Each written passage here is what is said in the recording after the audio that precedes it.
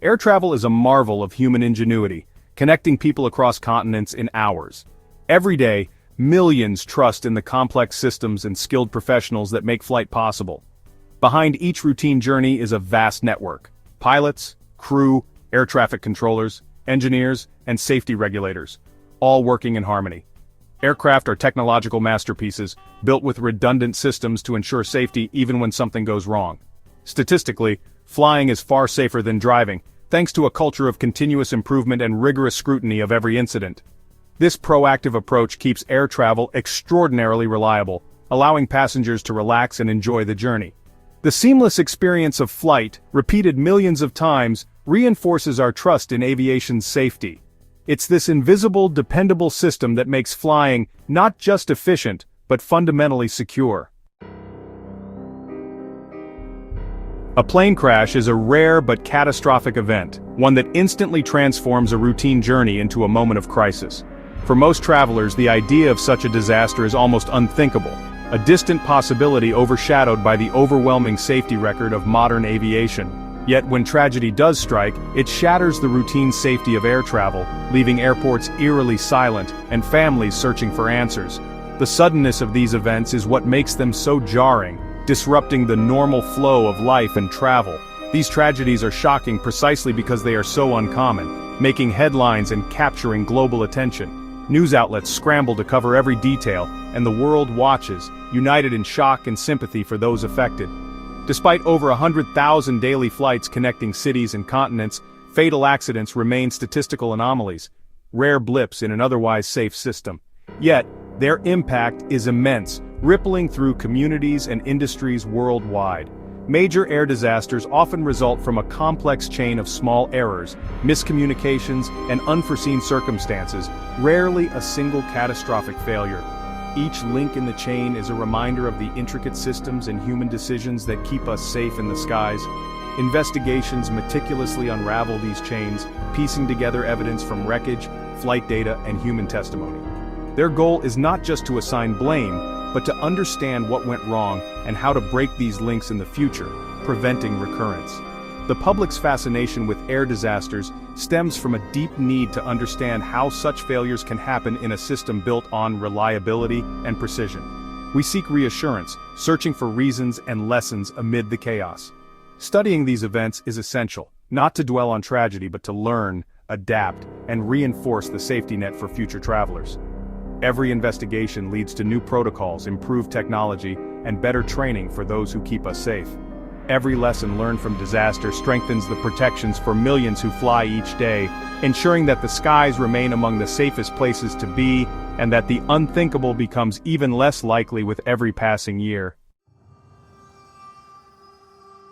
On March 27, 1977, Tenerife became the site of aviation's deadliest accident. A terrorist bombing at Gran Canaria forced many flights, including two Boeing 747s, KLM Flight 4805 and Pan Am, Flight 1736, to divert to the small Los Rodeos airport. The airport, overwhelmed and lacking ground radar, became congested as planes parked on taxiways. As thick fog descended, visibility plummeted, compounding the confusion and stress for crews and controllers.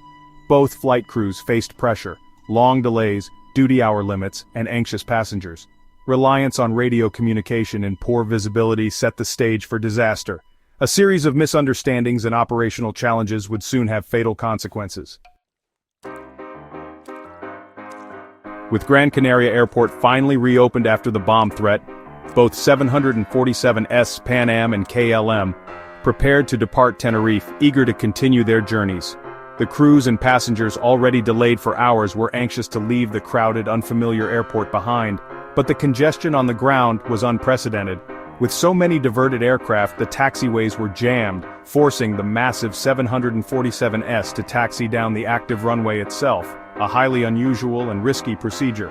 As a thick rolling fog descended over Los Rodeos, visibility dropped to near zero. The Pan Am crew, unfamiliar with the airport's confusing layout and hindered by the dense mist, struggled to find their assigned exit, peering through the cockpit windows for any sign of the taxiway. Their confusion and the poor visibility left them stranded on the runway far longer than expected, their aircraft nearly invisible in the swirling fog. Meanwhile, the KLM captain, feeling the pressure of mounting delays and eager to depart, positioned his jet for takeoff, despite not having received explicit clearance from the tower. The radio frequencies crackled with overlapping voices, ambiguous phrases, misunderstood instructions, and simultaneous transmissions between the crews and air traffic control created a fog of confusion. Crucial warnings and clarifications were lost in the static. Believing the runway ahead was clear, the KLM crew advanced the throttles and began their takeoff roll, engines roaring into the mist, unaware of the Pan Am jet still taxiing ahead.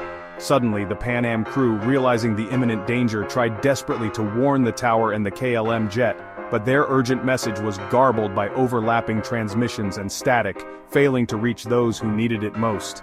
In a matter of seconds, two of the largest passenger jets in the world were hurtling toward each other on a fog-shrouded runway, invisible not only to each other but also to the controllers in the tower, who had no radar to track their positions. A perfect storm of miscommunication, pressure, and stress was about to culminate in one of aviation's most devastating disasters. A tragedy set in motion by a chain of unfortunate events. Suddenly, out of the dense, suffocating fog, the Pan Am crew caught sight of KLM's landing lights barreling toward them. The beams cut through the mist, growing brighter and closer with every heartbeat, signaling imminent disaster. In that instant, the Pan Am pilots realized the unimaginable was about to happen. Two of the world's largest passenger jets were on a direct collision course, with almost no time to react. Desperately, the Pan Am crew tried to wrench their massive aircraft off the runway, frantically steering in hopes of avoiding the oncoming KLM 747. But the runway was slick, the fog blinding, and the sheer size of the jet made any quick maneuver nearly impossible. Seconds felt like an eternity as the two planes closed the gap, the pilots' voices tense with fear and urgency. In the KLM cockpit, realization dawned too late. The captain, believing the runway was clear, had already committed to takeoff. As the Pan Am jet appeared through the haze, he yanked back on the controls, trying to lift off early. The tail of the KLM scraped violently along the runway, sparks flying as the massive jet strained to get airborne. The nose of the KLM 747 barely cleared the Pan Am, but its engines and lower fuselage slammed into the upper deck of the other plane, tearing through metal and shattering windows. The impact was catastrophic, sending debris and flames across the tarmac. In a split second, the KLM erupted into a massive fireball, its fuel tanks igniting on impact. The explosion was so intense that it instantly consumed the entire aircraft, leaving no chance for survival. All 248 people on board perished in the inferno. The Pan Am jet, though ripped open and engulfed in flames, offered a sliver of hope. Miraculously, some passengers and crew in the forward section managed to escape the wreckage, crawling and leaping through smoke and fire to reach safety. Survivors, dazed and injured, leapt from the burning fuselage, running for their lives as explosions echoed behind them. The chaos and terror on the runway were unimaginable, with people desperately trying to escape the spreading flames. Emergency services, already struggling with the thick fog, were initially unaware that two planes were involved in the disaster. The confusion and limited visibility delayed their response, making rescue efforts even more difficult. The devastation was immediate and overwhelming. The runway was littered with burning wreckage, twisted metal, and the remains of two once mighty aircraft. The scale of the tragedy was unlike anything the aviation world had ever seen. In just a few moments, the deadliest disaster in aviation history had unfolded, leaving a scar on the runway and in the hearts of all who witnessed it. The aftermath was chaos. Fire, smoke, and confusion shrouded the scene. Pan Am survivors, injured and disoriented, fought to escape the burning wreckage, aided by heroic crew members. Families of victims in the Netherlands and the US faced unimaginable grief as news spread. First responders struggled in the fog, initially unaware of the full scale of the disaster. Medical facilities were overwhelmed. Survivors faced long recoveries, both physical and emotional. In total, 583 people died, every soul on KLM and most on Pan Am. 61 from Pan Am survived, including the pilots. The tragedy was a stark reminder that behind every statistic are real people, families, and futures lost. Their stories became a powerful legacy, driving change in aviation safety. Investigators from Spain, the Netherlands, and the US launched a thorough probe, analyzing cockpit voice and flight data recorders. The primary cause, KLM's captain began takeoff without proper clearance, influenced by pressure and ambiguous communication. Contributing factors included duty time limits, weather concerns, and cockpit hierarchy. Non-standard phrases and overlapping radio calls created fatal misunderstandings. The lack of ground radar and poor visibility left crews and controllers blind to each other's positions. Congestion forced risky procedures, and unclear taxiway markings added confusion. The disaster was a tragic alignment of human error, environmental challenges, and systemic weaknesses. It exemplified how multiple small failures can align to create catastrophe. The Tenerife disaster forced the aviation industry to transform. Communication protocols were standardized, with English as the universal language and strict phraseology to prevent ambiguity.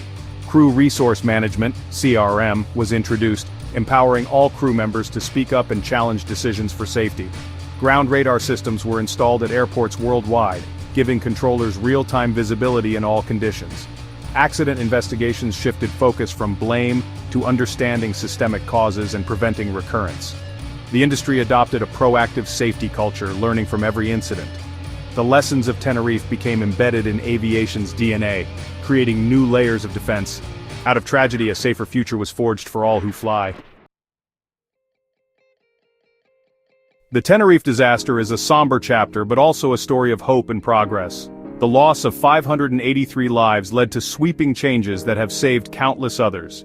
Today, every flight benefits from standardized communication, CRM, and advanced technology, direct results of lessons learned. Pilots and controllers are empowered and equipped to prevent similar chains of error. Aviation safety is a continuous journey, with each generation building on the last. The memory of Tenerife is honored not just in mourning, but in every safe flight that follows. From tragedy, the industry forged a living memorial, a safer, more resilient system. Even in darkness, progress and hope can take flight.